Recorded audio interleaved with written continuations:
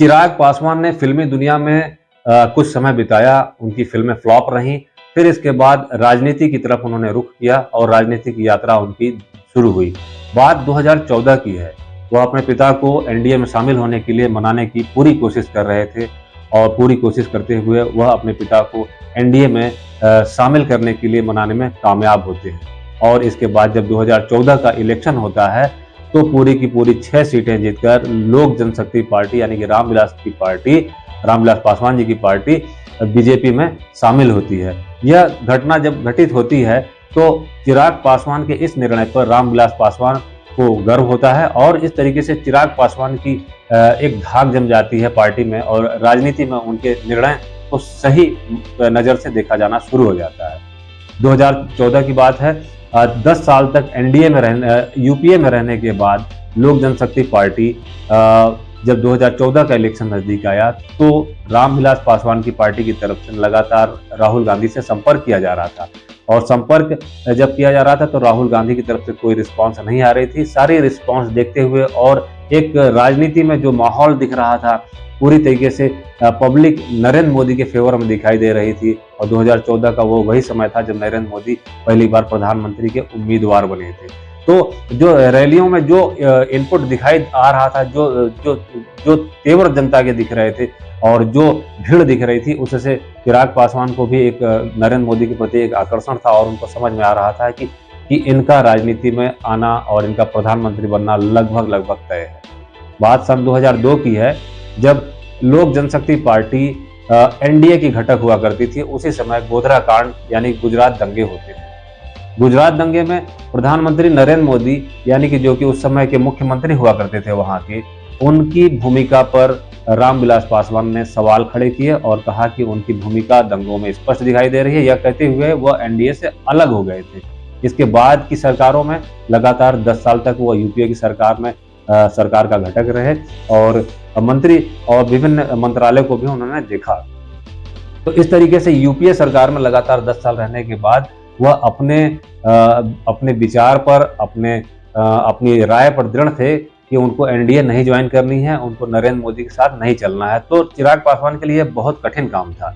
तब चिराग पासवान की पार्टी जब लगातार राहुल गांधी से संपर्क करने की कोशिश कर रही थी तो एक तरफ नरेंद्र मोदी के प्रति झुकाव, दूसरी तरफ राहुल गांधी का दुर्व्यवहार, यानी कि राहुल गांधी लोक जनशक्ति पार्टी रामविलास पासवान की पार्टी की तरफ से जब चिराग पासवान की तरफ से जब संपर्क साधने की कोशिश की जा रही थी कि सीट शेयरिंग को लेकर, चुनावी तैयारियों को लेकर, तो राहुल गांधी का बिहेवियर बहुत ही मतलब रिस्पॉन्स बहुत उनकी खराब थी और कोई रिप्लाई उधर से मिल नहीं रही थी। तो ऐसे में रामविलास पासवान को चिराग पासवान समझाते हैं कि जब इनका रुख राजनीतिक चुनाव के पहले यानी कि सरकार बनने के पहले ऐसा है तो सरकार बनने के बाद इनका रुख कैसा होगा।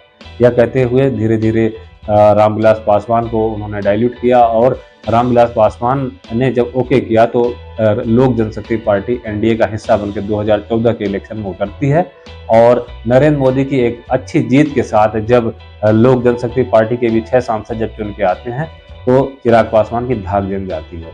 अभी लोकसभा इलेक्शन 2024 में बिहार की 40 सीटों पे जो सीट शेयरिंग का जो फार्मूला एनडीए ने तय किया है उसमें 17 सीटें बीजेपी के पास, 16 सीटें नीतीश कुमार की पार्टी के पास, 5 सीटें लोक जनशक्ति को दी गई हैं और एक सीट जीतन राम मांझी और उपेंद्र कुशवाहा की पार्टी को दी गई है। तो 5 सीटों पर चिराग पासवान की तैयारियां शुरू हो गई। चिराग पासवान इस समय बिहार की राजनीति के एक लीड एक्टर हैं और लीड कह सकते हैं पॉलिटिशियन हो गए हैं, पॉलिटिशियन की नज़र से देखे जा रहे हैं और ऐसा माना जा रहा है कि हाजीपुर जो कि उनके पिता की एक परंपरागत सीट रही है और रामविलास पासवान ने 1969 में राजनीतिक दुनिया में कदम रखा था और 1977 में पहली बार वह हाजीपुर से सांसद बने थे और उन्होंने कांग्रेस के उम्मीदवार को 4.5 लाख मतों से हराकर Guinness book of the world record में अपना नाम भी दर्ज कराया था।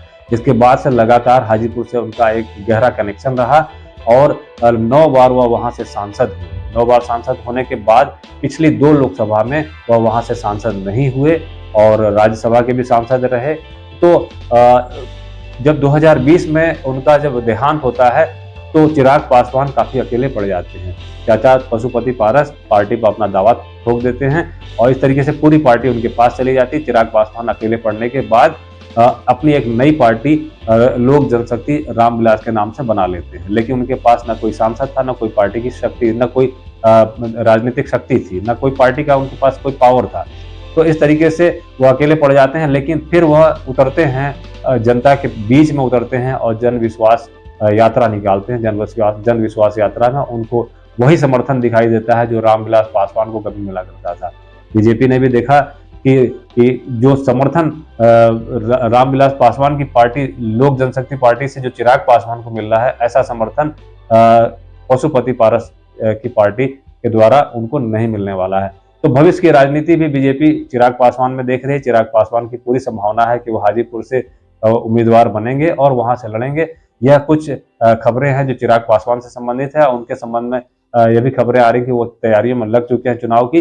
तो कुछ ऐसी अपडेट्स हैं और कुछ अपडेट्स हमारे द्वारा आपको मिलती रहेगी। फिर आता हूं कुछ ऐसी जानकारियों के साथ। तब तक के लिए धन्यवाद, नमस्कार, वंदे मातरम।